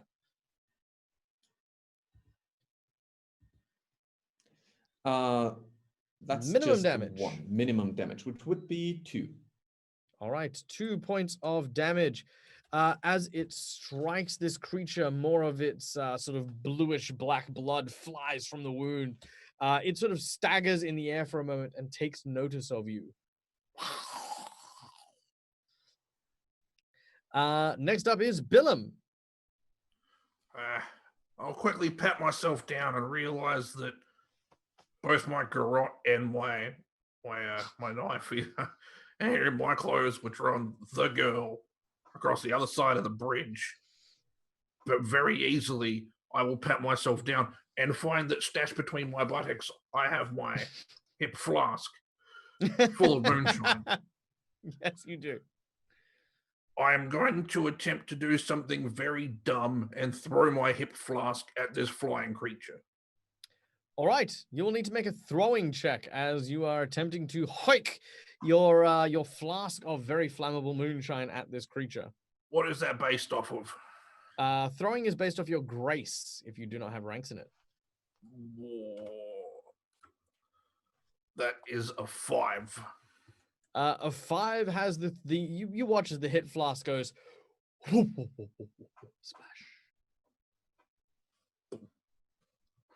Fuck.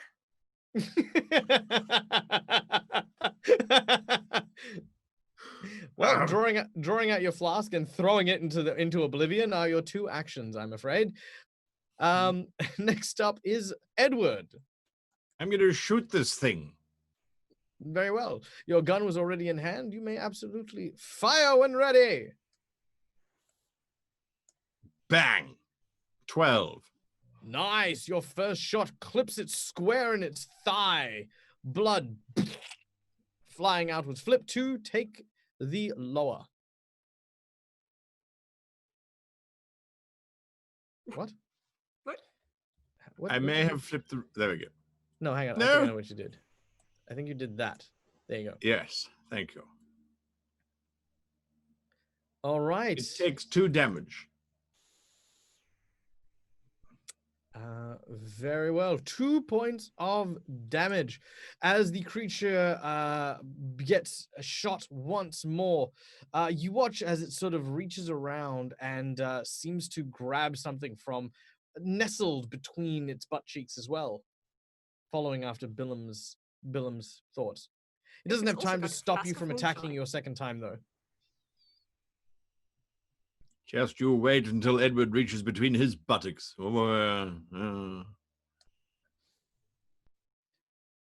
you have one more attack? I can, if I can attack twice, yes, sure. I mean, you don't have to. I'm just saying. I want to shoot it again. Okay. For 14. Wow. Damn. You know what? Forgettable as you may be, you are a damn good shot, apparently. All right. Flip, what was it, 15? 14. 14. Okay, flip 2, take the lowest, but you flipped a red joker. So flip one more. Superfluous, because a red joker will do maximum damage +1 and a critical effect. So 4 what is damage. So 4 damage in total? Yes, sir. All right, well, that puts it on 8 damage. You may describe the rather gory explosion that occurs when this thing is shot. I should move myself to the States. I reckon I might be a dab hand at combat. The bullet punctures through the creature's lower jaw and out of its left eyeball. As it Aha. does so, you watch as the creature spirals downwards towards the water. As it lands in the water, you see this roiling and churning. All of a sudden, you see a tin can float to the surface of the water before it starts to drift. It seems to have been the thing that it held in its hand for a brief moment before the bullet flew through its brain. It appears to be a can of baked beans with a word written along it. Heinz baked beans.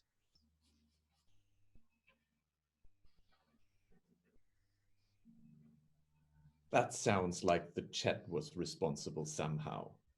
And you know Well- whose community that was. Look, that's the best I had. No, that was a really good shot, and I have no excuse for why it wouldn't instantly vaporize this dude. All right, so my mini boss was indeed made quite short. I thought he'd have at least a little bit of more of a moment, but as you begin to make your way through, however, the last of the people make their way across. Because we are now at the end of combat, you guys each get to discard as many cards as you want from your hand and draw back up to 3.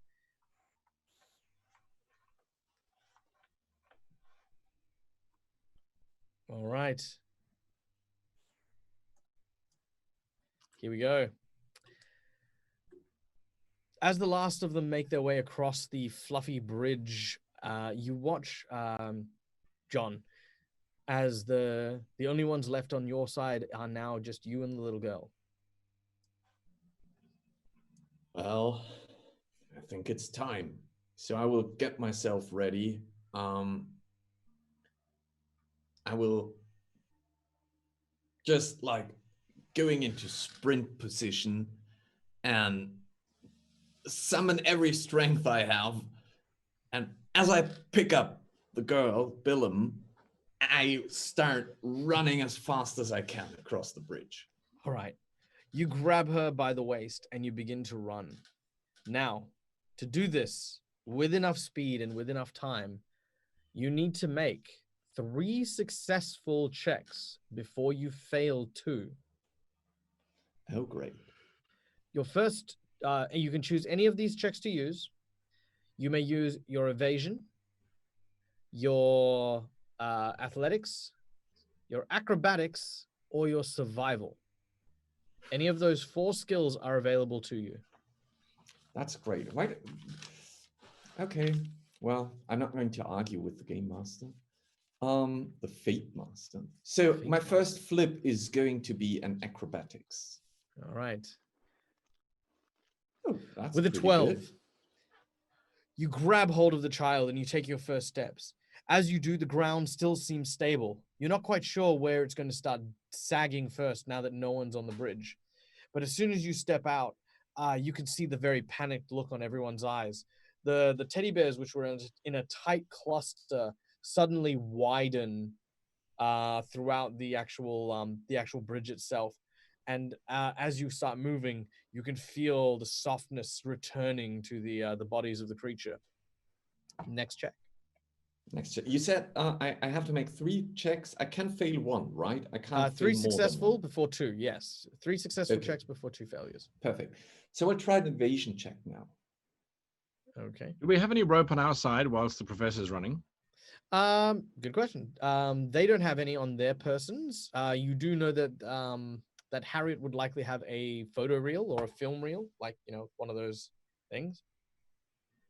Evasion is based on grace or speed? Speed. Well, then it's a 6. A 6 is not enough. As you attempt to try and quickly move, sadly the quickened pace. Can I use Billum's cheat card here and discard one of mine? What would your total be? Well, then it would be an 8. You would still fail. Okay, in that case, I will not do that. I will just fail it. Okay. I have a question. Oh, there's an objection being played. All right. Yeah. The lawyer discards a card from his hand and permits that check to be ignored. Fate is now changed as you draw and take the next result, come hell or high water. Is it the last card? I think it is. No, you've got 7 more cards. I know. I got it. Sorry. No, it's fine. Oh, It's not getting better. even with that, the speed is just not the answer. As you run, the teddies fall from underneath you. You almost trip with the child. You begin to crawl on your arms and legs forward. Make your next check. Well, that means that I now have to. Can I repeat? Can I do another acrobatics? Yeah, absolutely. Okay. Well, in that case, I would try to I fall to my knees. I stumble as the bridge slowly falls to pieces, and I try to get back up. I try to do a barrel roll, picking up the child and running. So it's going to be another acrobatics check. Which would then be an 11. With an 11, you use your acrobatics and begin to sort of rise back up to your knees. You are now falling. You descended, but at a slower pace. There's still some magic left in the teddies, and they are in fact hovering in the air, but they are descending, and you're almost now climbing it like a stairs to get back up to where you were before. That is 2 successes and 1 failure. Ladies and gentlemen, it all comes down to this. I would just do, what was it? Athletics was the last one where I could just leap and hope that I could reach whoever is holding out his hands to me, right? Yes, Billum, Ludovica, hold my coattails. I'm going to step out onto the bridge and put my hands out towards the professor. You're my only friend. You can't die. Okay, I will do my athletics. Before we get into that, this show of friendship, Edward, if you wish to, you may permit Professor Scarpati to use your twist of fate. Yes, whatever. He just can't fall into the water and die. It's horrible down there. Very well, Eddie. Eat the imp from Edward, and Professor Scarpati. You may flip a positive flip on your athletics check to try and leap to catch on to your friend Edward. So flip 2, take the highest. Just pointing out that this is based on might, right? Correct. Which I have a -2. All right, here it comes. I think I will cheat. Oh, cheats it with the big number 13. As you get to the edge, you actually don't make it initially. As you zoom in closer and you raise the child up, you sort of place the child. You place the he throws the child over his shoulder. You place the child just above the landing, but grabbing onto your forearms is the rather thick, meaty hands of Edward, who grabs onto you as you then swing and now dangle from the 2nd story of the abbey. There's a couple of beads of sweat on your head as this happens. There is also a strong gust of wind that suddenly blows your hat from your head as you've been caught.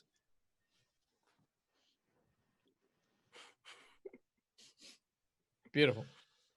Yeah. Schüttel den Haar für mich.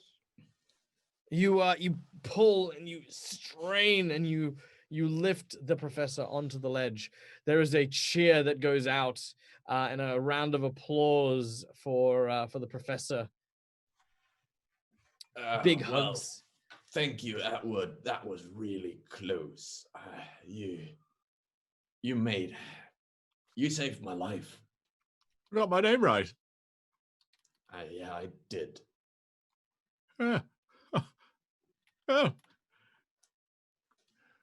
With that, a good thing that you were saved, of course. I mean, it wouldn't do. It would be a violation of my contract and all that sort of thing. You know how those things are. Ash, shut up and pat. Thank you, man. with that, you hear the sound of the abbey bells ringing once more. The others turn and open the stained glass window entrance to the upper landing, and as they make their way inside, you see what appears to be a small shanty town. Makeshift tents have been placed as pews have been cleared from the main abbey floor. There's about 100, maybe 200 people crammed into this space. As people struggle and huddle together, you notice that there is something strange here. The waters almost part, moving around the abbey. Protecting it is some kind of ward or charm, as the waters seem to barely cause the building any structural damage. You're not quite sure what it is, but it is, of course, a safe haven, for now at least. But what, of course, became of Hortensia Fiddlewick?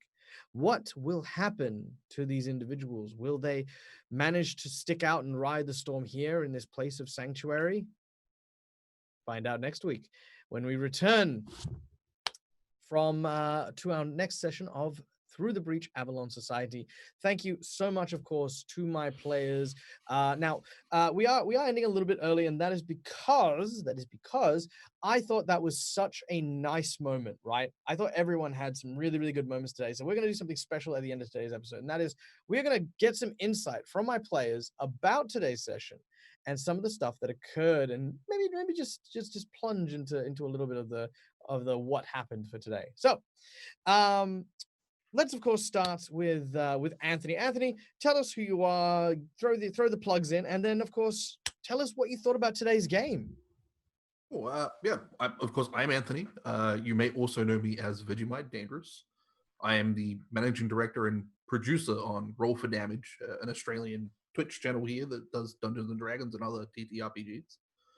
You can find us playing games pretty much all week. We got a lot going on. I've been playing Billum, which I think for the last couple of episodes has been going through some, I want to say, emotional turmoil. Something that's really like changing the way he views his companions here. Where he's starting to see value in keeping people around, certain people more than others around. Not to say that he doesn't value people. Definitely the change in Edward, I think, in the scene where we were talking about the old lady. It's like, I saved your life. You have to be brave now. Please be brave. And Edward has now shown that. And I think Billum's probably going to view him in a new light, similar to I think what just happened with Scarpati there. And there is definitely a heart-warm thing going on here for Scarpati that I think is changing his opinion of his original con plan. So yeah, he's a complex little goblin. I do love it. Next up, of course, Orzeve from Germany, from Orkenspalter TV. Mhaire, tell us about, well, obviously, promote yourself, tell us what you've got going on, and then tell us, of course, about Ludovica. What's happening in the world and the mind of this wonderful character? Yes. Hi, I'm Mhaire again. And you can find me under Orkenspalter TV or as Mhaire Stritter. Both are really hard to spell for most people. And we do role-playing stuff, like basically everyone here just in German. And Ludovica, I think she's one of the most stable characters at this point because she's very much at peace with what she is.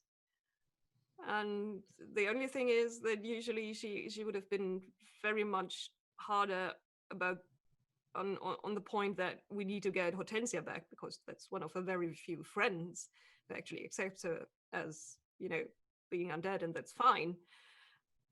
But since metagaming, I know that it's just because Janet is not feeling up to gaming today. Poor Janet. Hope you get better soon. And then so I kind of step back a little bit from that. But I think there was one really, really lovely moment with Ludovica, and that was the making the parents and the kids at ease with the fact that their child was special. Like revealing yourself as an undead in this world is always fraught with danger. You don't know who you can trust or who you can rely on with that kind of secret. And when Ludovica like pulled open the veil, I actually did generally have that moment of like in character, like. Like, oh my God, and it's not only just the shock of her being obviously undead, but the shock of her trusting them with this secret as well. It showed that they could trust her. And that I think was such an important moment. It was an unspoken moment, but I guess that's again, one of the reasons why I wanted to do this at the end of today's game today is because I think there were a lot of these very cool unspoken moments. And, I like to vocalize them with you guys. Next up, of course, playing the role of Professor John Scarpati is the ever-talented, white-haired wolf himself, Till from Dungeon Fog. Tell us about yourself, and of course, the insight into Till. Insight into Till, of course. Well, but how much time do you have? If you're looking for me, you can find me on Dungeon Fog, which would be @DungeonFog on Twitter or /DungeonFog on Facebook or dungeonfog.com on the website. It's our map making tool. It's an online map making software where you can draw your own battle maps. I'm playing John Scarpati here in this game, and I think I was really happy about today's game because I was finally being able to play how this old archaeology professor, because he's not really, archaeology is not his big thing. It's more like he was a tomb raider, he was a grave robber, he was someone who stole artifacts and sold them. But in his youth, he was still someone who was doing that in person rather than hiring people. And running over that bridge and trying to muster your strength and your agility as if you were still young, that is what is kind of bringing life back into John Scarpati. He suddenly feels that he still has something to offer and he still has a game to play here. So I think that was a cool situation for him. And also, again, he's like, showing sentiment is a dangerous game for someone who has so many shady business partners. So he's trying to hide all his emotions towards the group, being more a little bit snarky when he can. But seeing that Edward was holding out his hand and trying to catch him was touching. And he was like, yeah, okay, I have a friend there. Yeah, that was, I think it was a really cool game today. Fantastic. Awesome. So glad to hear. And like I said, I mean, for me, and I mean, it was really great. And I love that connection because the thing is, when you're running a game and trying to tell a narrative, one of the biggest things is it's not about you. It's not about your challenge. It's not about how hard things are. It's about the stage you set and what they do with that stage. And that was such a great moment with that, pulling Scarpati through and having that, sort of really big, high risk, high reward scenario. And I think honestly, that was probably my favorite Scarpati moment, hands down, for the series at the moment. It was beautiful. That was what it was. It was just flat out beautiful, and I loved it. So yeah, awesome. And of course, Edward, you have finally earned your name among your friends. There's kind of so many touching moments here. Of course, Guy from How to Be a Great Game Master, always upping the game when it comes to role playing on both sides of the table. Tell us, Sky, about where we can find you, all of your wonderful things, and of course, what Edward's experience today was. Right. Well, yes, you can find me on How to Be a Great GM on YouTube or on Twitch. And I have two channels. One is advice channel on how to be a better player or how to be a better GM. And the other one is live sessions where I'm playing games and things. And I think, yeah, today was a very different session to what we've normally had because it was more about the personal stuff than anything else. And I think it was an interesting, you put a lot of trust in your players as a GM, which I think is definitely a good thing. But at the same time, I think sometimes it's like, wow, where does he want this to go now? And then I think the best part is that then you roll with wherever it goes. So you might have had some kind of intent, but so, for example, the Madame Zostra thing, going back into Edward's past, yeah, it was a curious one, and I wasn't entirely sure what you wanted me to do there. So I just went with what felt right, and then you built it in and drove it in a specific direction. So I think that was fantastic from that perspective. But yes, I think today's session was I think we were looking for what was going on, and then when we saw that it was going to be, this is more about the immediate moment on the roof rather than driving the principal plot forward, I think everyone rose to the occasion. I mean, there were just some lovely moments. Billum has no weapons, so he throws his hip flask, and you know, it was just lovely. And drops the F-bomb along with his hip as flask. everyone's pointed out, Ludovica's little veil and providing advice. So yeah, I think it worked really well. And the opportunity, I mean, the note that I made here about Madame Zostra is that apart from the crucifix thing, which you'll figure out later on, is that it's a potential character change from money grabbing to happy and spontaneous. But that is not an instantaneous shift. And so I think that's one of the reasons why, although, yes, Edward is definitely friends with Scarpati, I think he realized that, but then needs to make sure, of course, that everybody else doesn't realize that, because he's not an idiot. He has an image to maintain, even if it is an illusionary one, apparently. But it's going to be interesting to see how that story progresses. So I think today was a very interesting change of direction, and I think you handled it very well. So that's what I've enjoyed. Well, thank you so much. I of course love playing with you guys, and for me, going on that note, I wanted to share something with you guys that I got asked about this particular show. A person asked me, like, you play with such amazing role players, such as, literally the cast from Avalon Society. How do you do it? How do you keep everything together? How do you stop personalities from clashing? How do you do all that? For me, there's one simple truth, and Guy hit it on the head. I have an unfaltering trust in each and every person I have at this table, like flat out. There is a great moment that I can prove that.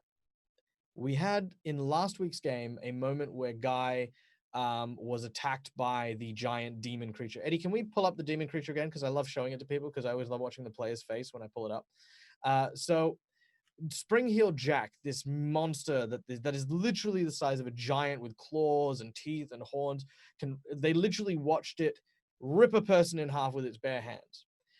Flew out of the window of Big Ben, which is, I think we found out, was like 90 meters in the air, above a roiling torrent of water that is an instant death kill if you fall into it, in a game which isn't based on a lot of hit points. I mean, I think no one's got more than 7 or 8 hit points. And he's hanging there, literally at the precipice of death. He's got 6 hit points, right? But at not one point did any member of my group start flicking through their character sheets, trying to find a solution, trying to outwit me, trying to solve a problem or anything like that. Every single time I bring something like this up, it's reaction. I react to it. I do something based on it. I build my narrative. I build my story because they trust me that I'm not just going to be this big colossal jerk and drop them into the death and then go, well, I guess I did that then, and walk off. It is going to be something narrative. It is going to be something exciting. It is going to be something good.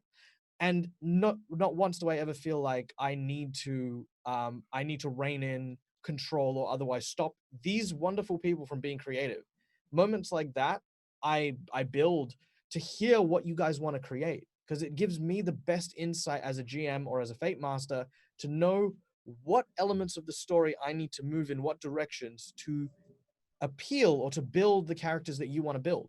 That's one of the goals of the GM, to help give and facilitate the characters they want to have. Otherwise, they may as well start at level 1, start at level 20, and then just have everything you need, and then be who you are at the start of the game that you are at the end. Yeah, I'm not into that. I love things like growth. I love how everyone had today. I'm literally going to call it the rooftop moment. Everyone had the rooftop moment. I'm really sorry that Janet wasn't here for it, because like I said, I've been really keen and excited for today, and there was a little bit there for Hortensia and Ludovica, but I am going to definitely save that for, of course, the colony that they will envision next week. So do come back, tune into this, because we have a wonderful game in store for you guys. So that's it from me, of course, and I have been Michael, your Fatemaster, the Dead Aussie Gamer. You can find me pretty much anywhere. You can type Dead Aussie Gamer, you'll find my face. Primarily, I stream on Twitch, though now I am uploading more and more stuff to YouTube. Most of them are live plays, but look, if you ever find me on Discord and you ask me a question, I will 100% just answer the question, maybe even make a video for it. That's just how I work. If you, of course, also love the stuff that I do, then also keep your eye on this space here, the Mercs of Mischief channel, who are, of course, the absolute wonderful and amazing people who have allowed us to make this show possible. They run Mercs of Mischief on Sundays, Too Many Warlocks on Mondays, and Poisoned Paradise on Tuesdays. All of them are live here and also broadcast again on YouTube. So be sure to follow here, follow there, follow everywhere, share the love, especially around the world. There is so much going on right now, and these few moments are a really good way to grasp onto the things we love and share that with the people that we love. So thank you very much, everyone. We love each and every one of you, from us to you, as always, from the Dead Aussie Gamer. Game hard or die trying. Bye-bye.